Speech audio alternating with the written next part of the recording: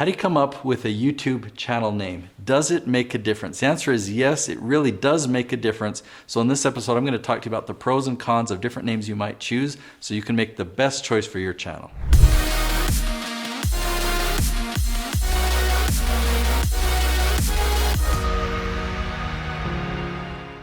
So I have to admit, Nate, this sounds like a really straightforward question. So what are we going to be talking about for the next while? Well, good question. It's an important topic to cover because everyone wants to know, what should I name my YouTube channel?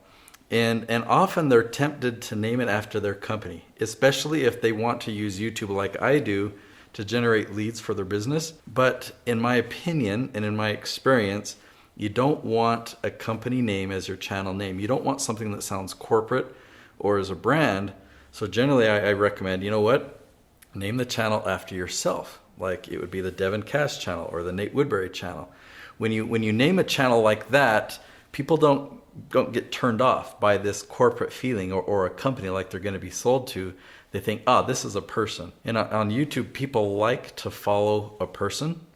And so when you have a channel that's named after a person, it becomes easier to follow. Does the channel name, I mean, it matters, I'm sure, but isn't the content the more important thing? Yeah, so everything that we're talking about now is kind of how that content is packaged, how it's presented. So when people see this thumbnail, I mean, the thumbnail is part of that package, the title is part of that package. When they go to your channel and they see your icon down there, like is it a picture of your face?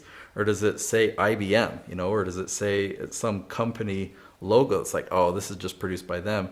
Like for me, when I'm watching a channel, I want to know, is this a person or is this a company? And this is just an employee of that company that's made this video that's reading a script.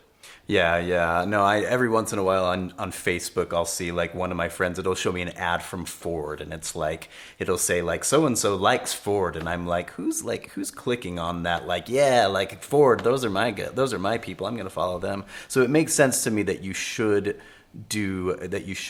use your own name. But what happens, like, what if there's already a YouTube channel name with my name already? You will actually find that quite a lot because there's plenty of people out there that have your same name or your same name, but it's not like domain names. Like when you go and you try and create a channel, you can create whatever you want. So YouTube is different than website domains, right? Only one person can buy the .com of a domain, right? Well, on YouTube, as many people as want to create a channel with the name Devin Cash or as many people as want to create the Nate Woodbury channel, you really can. Now that's a good thing and a bad thing, right? It's a good thing in that I don't have to race and create all these YouTube channel names to make sure nobody else steals them, but people can spoof, okay? And unfortunately, and I won't mention it because I don't want any more of it, but on one of my clients' channels, it's a pretty big channel, people have gone in and created another channel with her same name. They've taken her photo and uploaded it as their photo, their icon, and then they go into her comments and respond to people as if they were that channel. Sheesh. So we've had to battle a little bit, setting up the right filters to filter out spam, and we're winning. We're winning that battle. If you do want to see more of that story, I'll link to that episode up there. All you really want to be concerned about, if somebody had a YouTube channel name that you wanted or that was your name, is how many subscribers do they have? Is it going to really be competition? Because chances are they have 0 subscribers or they have 10 subscribers, and you just follow my strategy for a couple of weeks and your channel's going to be bigger. Got it. So what happens though? Like what if I'm not going to be the face of my channel? Like what are some best practices in naming a channel? Yeah, so I'd say that there's kind of two ends of the spectrum. There's the company, right? The company brand that we want to avoid, and then there's your own name. But there is a middle ground, and the middle ground would be like a topic or a cause or a movement. So those are types of maybe I could name my channel like YouTube Mastery or something like that doesn't sound too corporate. The advantages of that is it is something that people might want to follow. The disadvantages, I can't really deviate. If I talk about other things that are different than that topic or that movement, then it's not a fit with the channel. Whereas on a channel with the name Nate Woodbury, I can really talk about whatever I want. So does this recommendation, does it apply to like every single YouTube channel, or is it just like specific channels? There are probably plenty of exceptions to what I'm sharing. The type of clients that I work with are influencers who they are the face of their company, they are the business. It's their expertise that people are buying, whether it's through keynote speeches, whether it's through coaching or courses that they sell or retreats. They're the ones putting on the events. And so usually it's not a question. Like, their name is the name of the channel. It works really, really well. But otherwise, we'll just go into like the movement or the topic that they talk about. So you brought up a channel where, you had some people impersonating this client. So is a channel name trademarkable? I don't know if that's a word, trademarkable. Is it possible to trademark that channel name or some way to kind of get around that?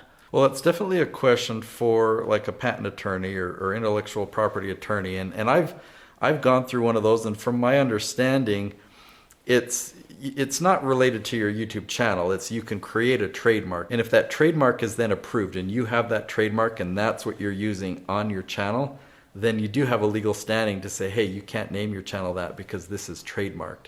But just going and saying, can you trademark a YouTube channel? I don't really think there's a process for that. It's more of a brand or a brand mark or a name or something that you're getting a trademark on. And you are able to, you see people with the blue check, right? Like the verified account, you can do that on YouTube, right? Yeah, that's pretty cool. I personally haven't done that, but some of my clients have. When their channel gets to a certain point, you can contact YouTube and get that set up, because it will happen when you get big enough. If you watch this episode all the way to the end, then I love you and you need to be a subscriber on this channel. But I'm going to link to a better episode right up here. It's an episode on how you can get 1,000 subscribers on YouTube in a single day. Go watch that one next for sure.